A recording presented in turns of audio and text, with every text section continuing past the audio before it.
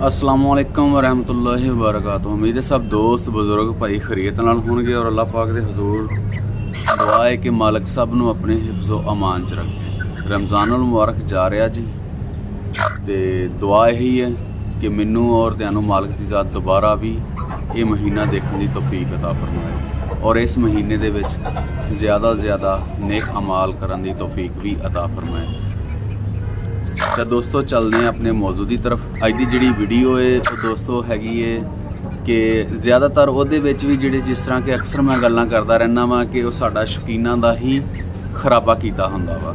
जिस तरह के चूज़ियां दे विच नज़ला ज़ुकाम इस तरह के मामलात हो जाते ने और असीं उन्हां दा इलाज मुआलजा करते हैं और उहदे विच की हुंदा वा कि वो बाज़ दफ़ा तो मामलात क्लीयर हो जाते हैं और बाज़ दफ़ा जिहड़ा कि विगाड़ पैदा हो जाता वा, मज़ीद खराबे वाल चले जाता वा।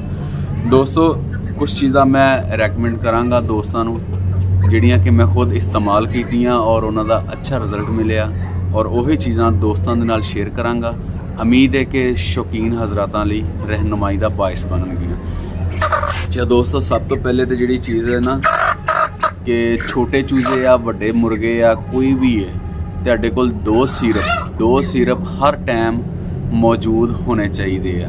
सब तो पहला सिरप तो यह जिहड़ा एगमेंटन है, सही हो गया। उस तो बाद दूसरा सिरप जिहड़ा वा जनाब आ हो गया एमॉक्सल, सही है जी। दो सिरप तुहाडे कोल हर टाइम मौजूद होने चाहिए और जिसले भी बदलते मौसम गर्मी तो सर्दी, सर्दी तो गर्मी जा रही होवे ते अमूमन परिंदियां विच यह मामलात हो जाते हैं।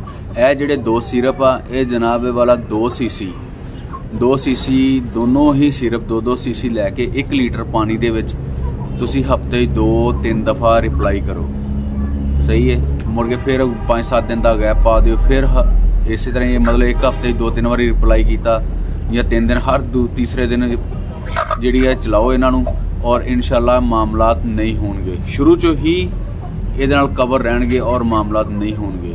और अगर जिहड़ा कि बीमारी दे विच विगाड़ पैदा हो गया वा, नक चो पानी जा रहा वा, चेहरे ते सूजन आ रही है और साह लैना भी इत्थे तक भी बाज़ दफ़ा परिंदा चले जाता कि मूँह खोल के साह लैन लग जाता वा, सही है दोस्तों। इस तरह की कंडीशन च अगर चले जाए परिंदा तो वो जिहड़ियां ने मैं कुछ टैबलेट ने रखिया हुई वो दोस्तों नाल जिहड़ियां मैं इस्तेमाल करदा वा और अपने परिंदियां ते और मैनूं उहदा अच्छा रिजल्ट मिलदा वा।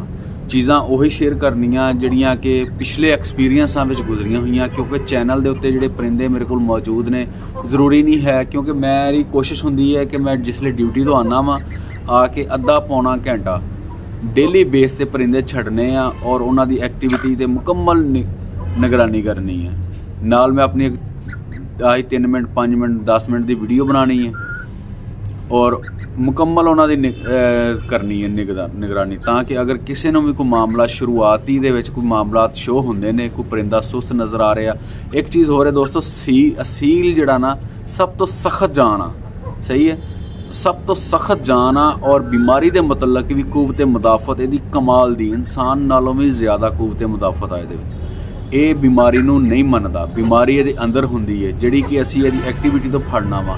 परिंदा सुकड़ के खड़ा वा, परिंदा खुराक नहीं सही लै रहा, बिट का रंग बदल रहा वा, इस तरह की अलामात तो असीं पकड़ना और फौरन उहदा अगर पकड़ लोगे तुसीं फौरन उहदा इलाज करोगे और इंशाअल्लाह परिंदे च एक्सपायरी या बहुत शिद्दत की बीमारी नहीं आएगी। जिसले ये डिगदा वा यकदम, जिस तरह के अमूमन बंदे कहते हैं कि जी खुड्डे च ताड़िया वा, सही है, सुबह देखिया तो परिंदा पैरों से नहीं खड़ा, निडाल होया पिया वा, कोई समझ नहीं आ रही।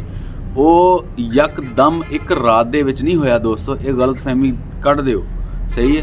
वो जनाबे वाला जिहड़ा कि पिछले 3 तो 5 दिन 7 दिन तक परिंदा तुहाडा बीमारी की हालत सी, अंदरूनी तौर पर जंग लड़ रहा सी, लेकिन तुसीं उहदे अलामात नहीं फड़ियां जिस वजह तो परिंदा इस तक पहुँचा, सही है। हुण आने जी गोलियां की तरफ, सही है दोस्तों। एगमेंटन गोली 650 mg 625 mg सॉरी, क्योंकि मेरे को फार्मूले अक्सर जड़े ना मैं अपने डायरी दे विच ਜਿੱਥੇ ਜਿੱਥੇ ਜਿਹੜੀ ਚੀਜ਼ ਜਿਸ ਜਗ੍ਹਾ ਤੇ ਕਾਮਯਾਬੀ ਨਾ ਹੋਈ ਹੈ ਉਸ ਨੂੰ ਮੈਂ ਆਪਣੀ ਡਾਇਰੀ 'ਚ ਨੋਟ ਕਰਦਾ ਰਿਹਾ। ਮੁਹਤਾਜੀ ਨਹੀਂ ਰਹਿੰਦੀ ਇਹਦੇ 'ਚ, ਬਾਰ-ਬਾਰ ਕਿਸੇ ਨੂੰ ਪੁੱਛਣ ਦੀ, ਕਿਸੇ ਦੇ ਮੁਤਲਕ ਵੀ ਚੀਜ਼ ਮੁਹਤਾਜੀ ਨਹੀਂ ਰਹਿੰਦੀ। ਇਸੇ ਤਰ੍ਹਾਂ ਹੀ ਦੋਸਤੋ ਮੈਂ ਤੁਹਾਨੂੰ ਹੀ ਕਹਾਂਗਾ, ਜਿਹੜਾ ਵੀ ਕੋਈ ਫਾਰਮੂਲਾ ਤੁਸੀਂ ਕਿਸੇ ਜਗ੍ਹਾ ਤੇ ਇੰਟਰਨੈਟ ਦੀ ਦੁਨੀਆ 'ਚ ਦੇਖਦੇ ਜੇ ਜਾਂ ਕਿਸੇ ਕੋਲੋਂ ਲੈਂਦੇ ਜੇ ਮੌਕੇ ਦੇ ਉੱਤੇ, ਅਗਰ ਕੋਈ ਮਾਮਲਾਤ ਹੋ ਜਾਂਦੇ ਨੇ, ਇੱਕ ਡਾਇਰੀ ਬਣਾ ਲਓ, ਉਹਦੇ 'ਤੇ ਤਹਿਰੀਰੀ ਤੌਰ 'ਤੇ ਉਹਨਾਂ ਚੀਜ਼ਾਂ ਨੂੰ ਨੋਟ ਰੱਖੋ। ਸਹੀ ਹੈ, ਤਾਂ ਕਿ ਦੁਬਾਰਾ ਅਗਰ ਕਦੀ ਵੀ ਸ਼ੌਕ ਦੇ ਦੌਰਾਨ ਤੁਹਾਨੂੰ ਮਾਮਲਾਤ ਆਵੇ, ਅਲਾਮਾਤ, ਬਿਮਾਰੀ ਔਰ ਉਹਦੀ ਮੈਡੀਸਨ ਦੀ ਮਿਕਦਾਰ, ਇਹ ਆਪਣੇ ਕੋਲ ਤਹਿਰੀਰੀ ਤੌਰ 'ਤੇ ਤਫਸੀਲ ਨਾਲ ਨੋਟ ਕਰਕੇ ਰੱਖ ਲਓ। ਜਿਸ ਤਰ੍ਹਾਂ ਕਿ ਮੈਂ ਅਕਸਰ ਇਹ ਦੇਖੋ, ਆ ਇੱਕ ਬਿਮਾਰੀ ਦਾ ਫਾਰਮੂਲਾ ਵਾ। ਸਹੀ ਹੈ, ਪੂਰਾ ਪੇਜ ਜਿਹੜਾ ਵਾ ਤਕਰੀਬਨ ਨੋਟ ਆ। ਸਹੀ ਹੈ, ਇਹ ਪੇਜ ਆ, ਇਹਦੇ ਉੱਤੇ ਸਾਰਾ ਲਿਖਿਆ ਹੋਇਆ ਵਾ ਕਿ ਇਹ ਮੈਡੀਸਨ ਕਿਤਨੀ ਮਿਕਦਾਰ ਹੈ, ਕੀ ਤਰੀਕਾਕਾਰ ਆ ਔਰ ਕਿਸ ਮਕਸਦ ਲਈ ਇਸਤੇਮਾਲ ਕਰਨੀ ਹੈ।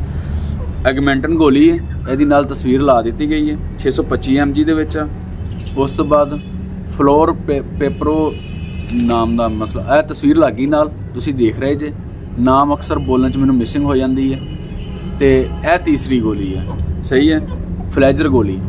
ਇਹ ਤਿੰਨੇ ਹੀ ਅੱਧੀਆਂ ਦੇਣੀਆਂ ਨੇ ਅਗਰ ਛੋਟੇ ਪਰਿੰਦੇ ਆ ਤੇ। ਸਹੀ ਹੈ, ਔਰ ਉਹ ਅਗਰ ਨਿਗਲ ਲਵੇ ਅੱਛੀ ਗੱਲ, ਨਾ ਨਿਗਲੇ ਗੋਲੀ ਪੀਸ ਲਓ, ਪੀਸ ਕੇ ਆਟੇ ਵਿੱਚ ਮਿਕਸ ਕਰਕੇ ਉਹਦੀਆਂ ਗੋਲੀਆਂ ਬਣਾ ਕੇ ਪਰਿੰਦੇ ਨੂੰ ਖਵਾ ਦਿਓ।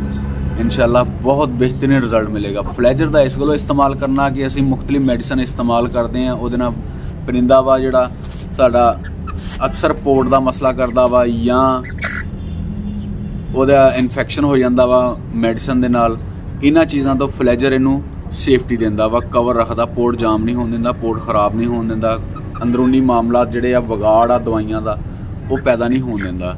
ਉਮੀਦ ਹੈ ਕਿ ਅੱਜ ਦੀ ਦੋਸਤਾਂ ਨੂੰ ਵੀਡੀਓ ਅੱਛੀ ਲੱਗੇਗੀ। ਵੀਡੀਓ ਅੱਛੀ ਲੱਗੀ ਤੇ ਚੈਨਲ ਨੂੰ ਸਬਸਕ੍ਰਾਈਬ ਲਾਈਕ ਜ਼ਰੂਰ ਕਰਦੇ ਜਾਣਾ। ਸਾਨੂੰ ਤੁਹਾਡੀ ਸਪੋਰਟ ਦੀ ਜ਼ਰੂਰਤ ਹੈ। ਵੀਡੀਓ ਨੂੰ ਫੁੱਲ ਵਾਚ ਕਰਿਆ ਕਰੋ। ਬਹੁਤ ਸ਼ੁਕਰੀਆ ਜੀ। ਅੱਲਾ ਨਿਗਹਿਬਾਨ।